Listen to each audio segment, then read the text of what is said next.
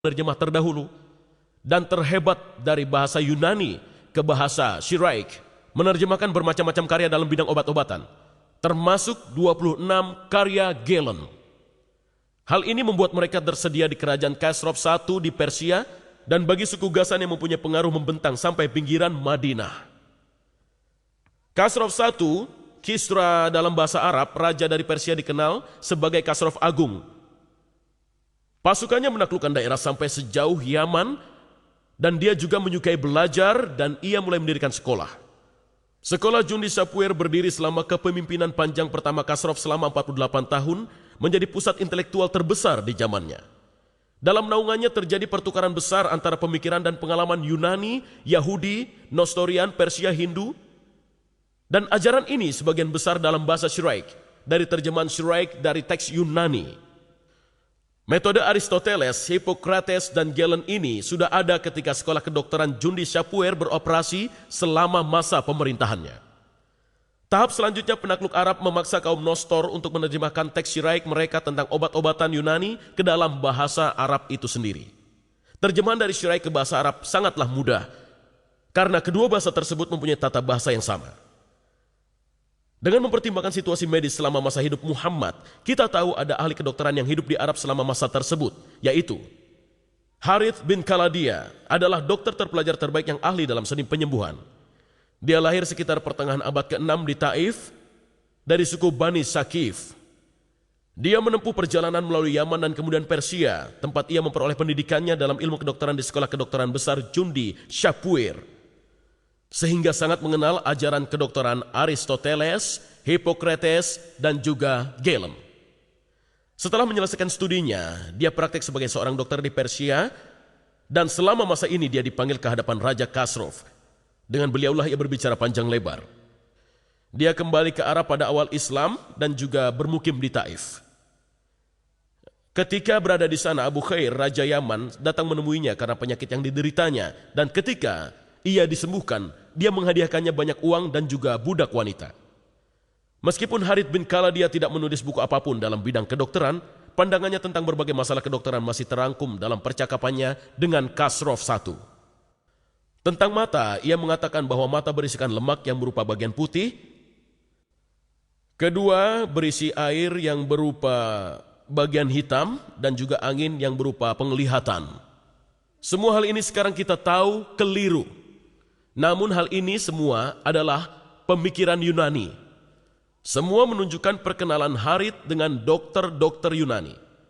Dengan menyimpulkan situasi tersebut dalam beberapa kata dalam bukunya, Sword Telemetry Arabs, Dr. Lucien Leclerc menulis, Harith bin Khaladia belajar kedokteran di Jundi Shapur, dan Muhammad berhutang pada Harith atas pengetahuan kedokteran yang telah dimilikinya. Jadi dengan satu atau lainnya, dengan mudah kita dapat menelusuri jejak obat-obatan Yunani.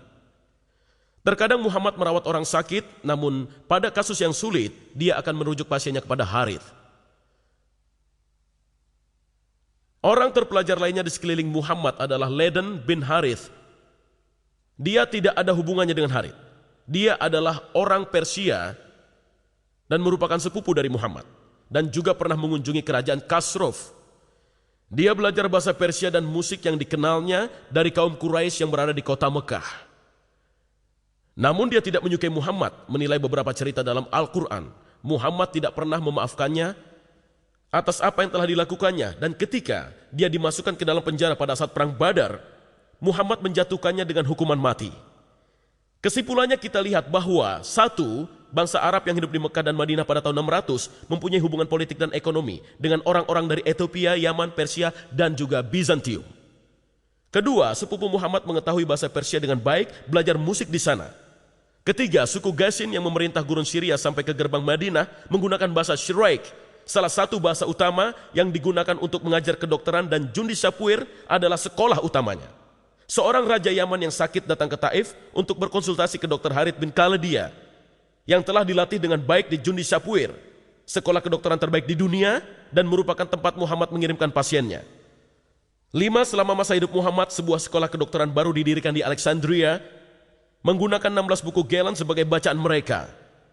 Sumber ini menunjukkan bahwa ada kesempatan yang luas bagi Muhammad dan orang-orang di sekelilingnya untuk mendengar teori embriologi Aristoteles, Hippocrates, dan Galen ketika mereka datang untuk mendapatkan pengobatan dari Harith bin Kaladia dan dokter lokal lainnya. Jadi ketika Al-Quran mengatakan pada surat Makkiyah terakhir, orang-orang yang beriman, dialah yang menciptakan kamu dari debu, kemudian dari tetes air mani, kemudian dari segumpal darah yang menyerupai lintah, supaya kamu memahaminya. Dan kemudian dalam surat Haji, hai manusia, jika kamu dapat keraguan tentang kebangkitan dari kubur, maka ketahuilah sesungguhnya kami telah menjadikan kamu dari debu. Adalah benar bagi kita untuk bertanya lagi, apa yang harus dipahami? Apa yang harus diketahui? Dan ini adalah tahap-tahap Al-Quran lagi.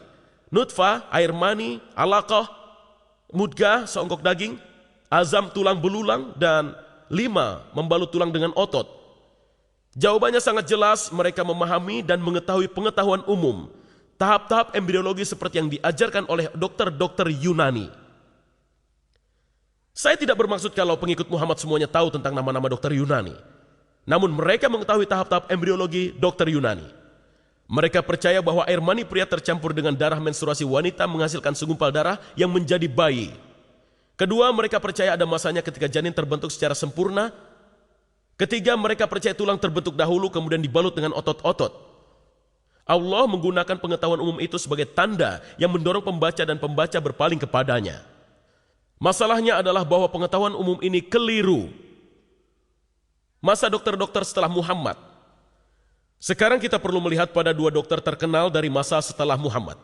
Tampaknya mereka tidak memiliki dampak pada Al-Quran, namun mereka menunjukkan kepercayaan itu dan gagasan embriologi Aristoteles, Hippocrates, dan Galen berlanjut di antara bangsa Arab sampai dengan tahun 1600.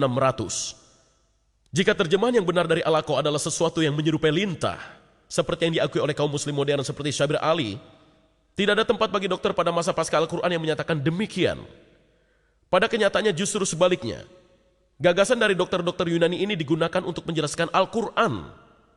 Al-Quran disandikan untuk menerangkan arti dokter-dokter dari Yunani.